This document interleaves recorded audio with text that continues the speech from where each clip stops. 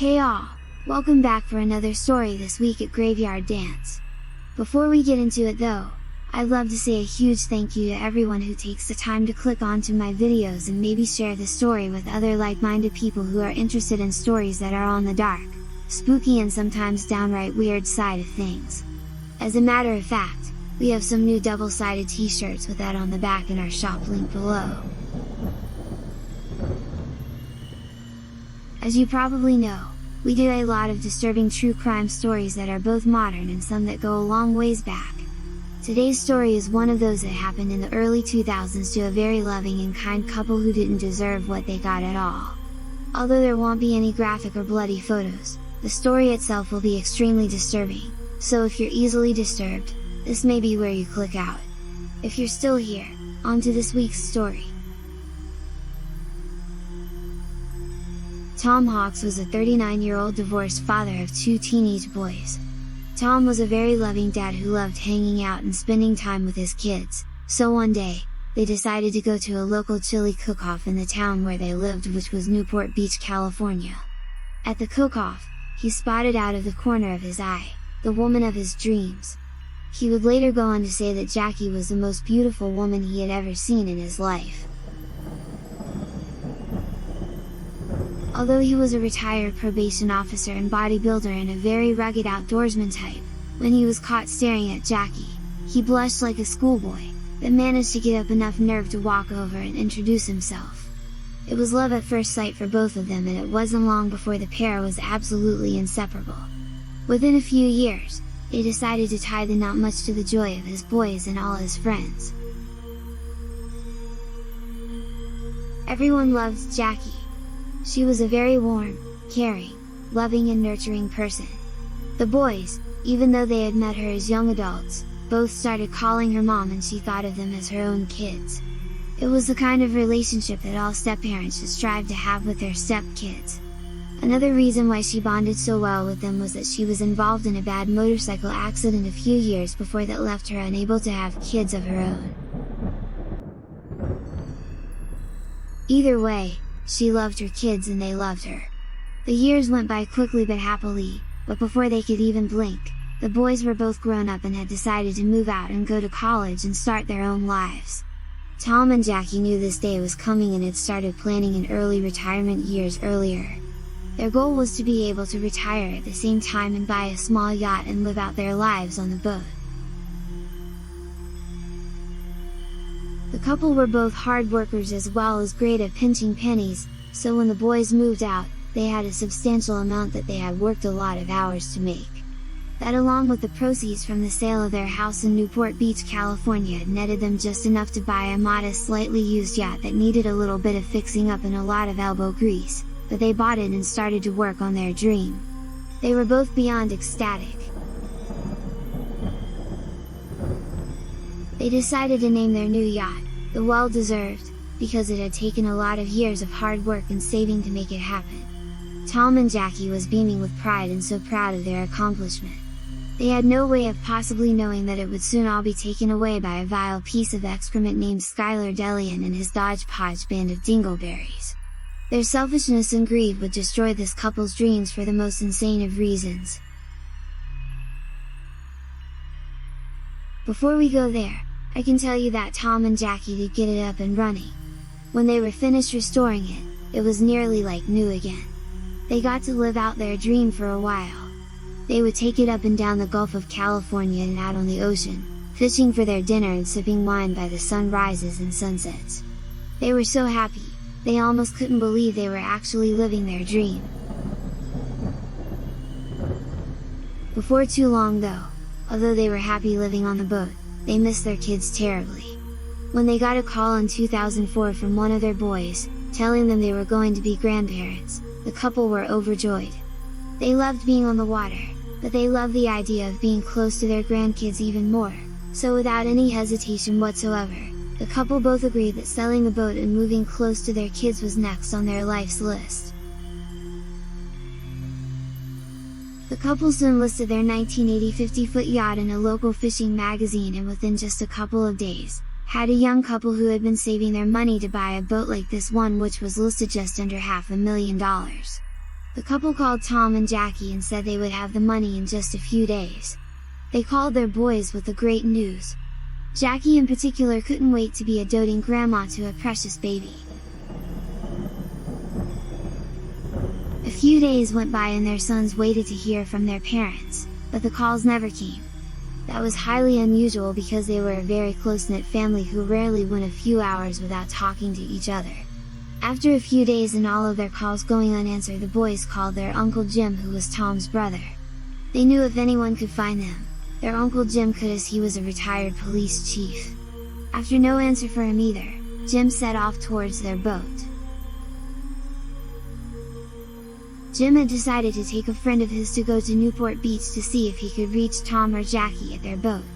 As he walked up to the boat, his police training kicked in and he started noticing small details that didn't look just right to him. There were several things just laying around, and the overall look of the boat was that it was not being taken care of the way that his brother had. Tom was known for being meticulous with his boat. Something wasn't right. His brother and sister-in-law were nowhere to be found, so he left a note for the new owners to call him and that he was looking for his missing brother. He wasn't even out of the parking lot yet before his cell phone rang. It was a young woman named Jennifer Delian who claimed that her and her husband had just purchased the yacht from them, but they didn't know where they were now. She even claimed that she and her husband was now looking for them as well.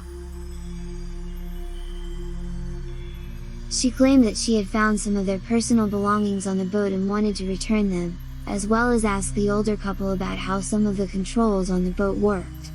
Jim asked if they had given them any kind of indication of where they may be headed, and she claimed that they had talked about buying a house in Mexico so they could be near their son who was going to make them grandparents. Jim hung up the phone and mulled over everything he was told. That's when he remembered a conversation that he had had a while back with Tom about hiring a woman to take care of his finances while he was out on the boat. Tom and Jackie knew that being out on the ocean, they wouldn't always be able to pay their bills because they wouldn't be able to get to the bank to make deposits, and they wouldn't always have internet service, so they hired a good friend of theirs to take care of those types of things. Jim called her up and asked if she had seen them, and she said no. He also asked if the money from the boat had been deposited into their account, and again, the answer was no.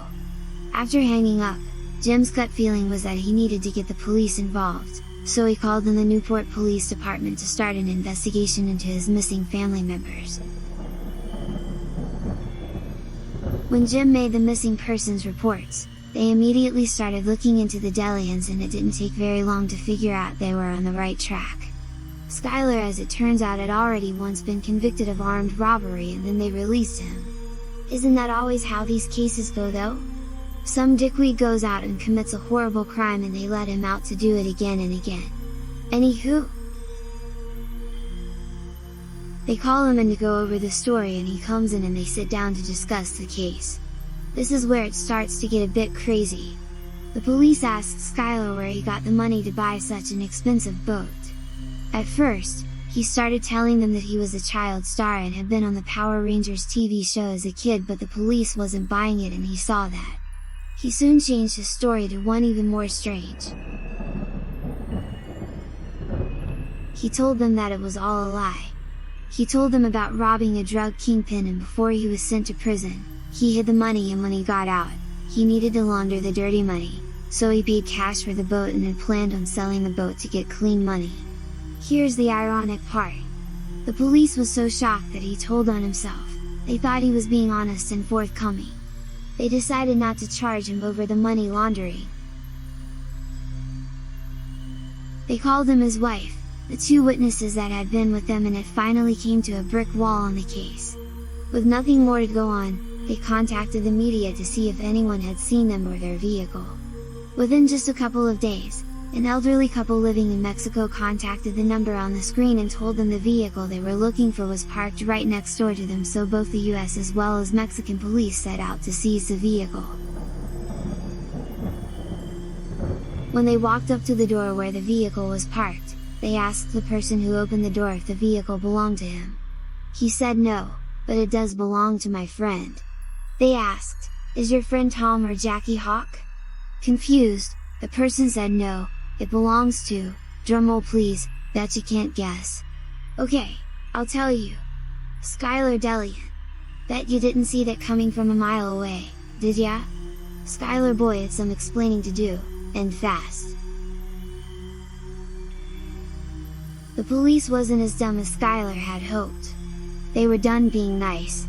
They hauled him in and arrested him over his taped confession of the money laundering thing he admitted to. When they asked him again about Tom and Jackie, he stuck to the story about it being a huge misunderstanding. So did his wife Jennifer. The problem with that was, not only did they have the Hawks vehicle, they had a lot of their very personal belongings at their home. Things the Hawks would have never gave up. They even had their laptops and things such as clothing and even their jewelry. The police knew they were responsible, but it was just a matter of which nut was going to crack first. They called in the notary that went with them and their friend who was a witness. That nut would be Kathleen Harris, the notary. After some heavy questioning, she finally admitted that she had never met the Hawks and that she was paid a lot of money to falsify the sale of the boat and backdate it. Next they called in the other friend who had came with them when they supposedly bought the boat. His name was Alonzo McChain. At first, he started to tell the same lies as before, but police stopped him and told him they knew he was lying and that Kathleen had already told them that she had been lying, therefore, they knew he was lying. They offered him a reduced sentence for talking and he took it. He also implicated another accomplice named John Kennedy. He told them that he worked at the jail, watching over Skylar as his jailer where the two became friends.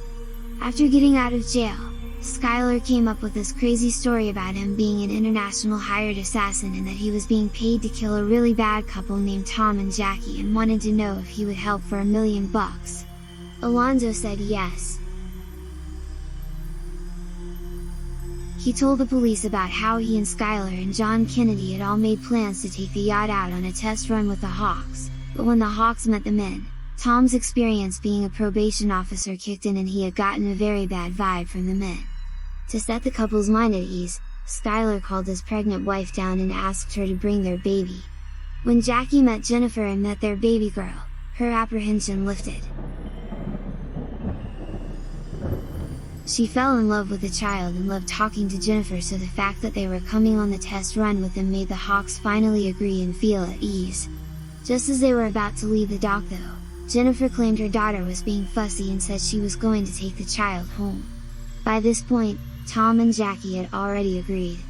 Still, after meeting the wife and kid and seeing his wife pregnant, they felt safe. Sadly, they weren't. Not even close. As they left the dock and got a little ways out, Skylar and John Kennedy asked Tom to come look at something in the bedroom downstairs. Alonzo stayed upstairs in the kitchen with Jackie. All of a sudden, Jackie heard a big thump and some commotion. Skylar and John had overpowered Tom and knocked him on the bed and had gotten handcuffs on him behind his back. While all this was going on, Alonzo did the same to Jackie. This wasn't going to be good. He led her downstairs where she saw her husband cuffed and asked in a crying hysterical voice why they were doing this. She begged them to let them live and to take them back to shore and that they wanted to live to enjoy their upcoming grandchild, but Skylar didn't care. He told the men to duct tape their eyes and mouths. The two men did as they were told. They were dragged upstairs and out on the deck of the boat and the tape on their eyes were removed, probably to inflict further torture. Skylar and the two other men forced the couple to sign their names to the title of the boat as well as forcing them to sign over their banking information. Jackie, although she knew she was most surely going to die, intentionally misspelled her last name on the documents to show that they were most likely signed under distress, which would shine the light right on their killers. She signed the papers knowing that she and Tom were about to die. Skylar told the men to go get the anchor and chain. Tom and Jackie had to know what was about to happen. One of the two men had said during his interrogation that the whole time that Tom was cuffed, he was still taking his hand and trying to comfort Jackie and that he told her, "No matter what happens, we'll be together." That's what makes what happens next so utterly disgusting and sickening. It really makes me want to take the ones responsible sailing. When the anchor was sitting right next to them, the men took the opposite end of the chain and zip-tied the couple's handcuffs to the anchor. The chain was several hundred feet long and attached to a very heavy anchor. The horror that was building within the couple, knowing how horrifically they were going to die, had to be unbearable. They watched frantically as they lifted the anchor and threw it over the side of the boat and watched the chain go flying over the side. As the chain reached its end, it slammed Jackie, who was in front of Tom, into the side of the boat, cracking her skull. Then it simply took them over the side and dragged them over 3,000 feet to the bottom of the ocean to their deaths. They were both alive and awake when it happened. Can you imagine the horror they must have felt? You're probably wondering what could have been so important to make a 20-year-old boat worth killing over. Long story short, Skylar wanted a sex change. Since he was arrested before he had the chance, he managed to get the taxpayers of California to pay for it with their tax dollars. He was on death row at San Quentin and still had to have gender reassignment surgery. Of course, it was only after he severed his own penis with a razor blade. Is this guy batshit nuts or what? As far as Jennifer, she got 2 life sentences for her role in all this. Here's something I'll bet you'll be surprised to know. The murders were her idea. Yep, she used her baby daughter and unborn child as pawns in a murder of 2 innocent people. Talk about a skank! Thankfully, those poor children won't have to worry about having either one of these trashy scuzzballs as a parent. Hopefully they can find a loving home and go on to lead great lives. John Kennedy, the third man involved, also received the death penalty, but I'll bet it never happens. We'll see. Alonzo just got 20 years, so if he's not out yet, he will be pretty soon. A home karma cactus humps him without soothing gel. There is no punishment that could be harsh enough for people who would commit a crime like this. Not only did they kill a wonderful, loving husband and wife, they will never have the chance to see their grandbaby or see their kids again. While researching this story, I found out that this wasn't the only murder that Skylar had been convicted of. In 2003, he apparently somehow conned his friend into cashing 2 $25,000 checks and giving him the money. After he had the money, he took him out on a highway at the Mexican border and slit his throat and left him there to die. He also was found to have tried to have both his father and another acquaintance murdered as well. Nice guy, huh? As far as a well-deserved, it sat in storage for 4 years while detectives put together their case. After the convictions, it was given to the Hawks' sons and then was put up for sale. It's unknown who bought it or what has now become of it. Tom and Jackie's remains have sadly never been found. We hope you enjoyed the story this week. If you like our content, tell your friends about us and encourage them to subscribe. Let's get the word out. Thanks again, everyone. Till next time.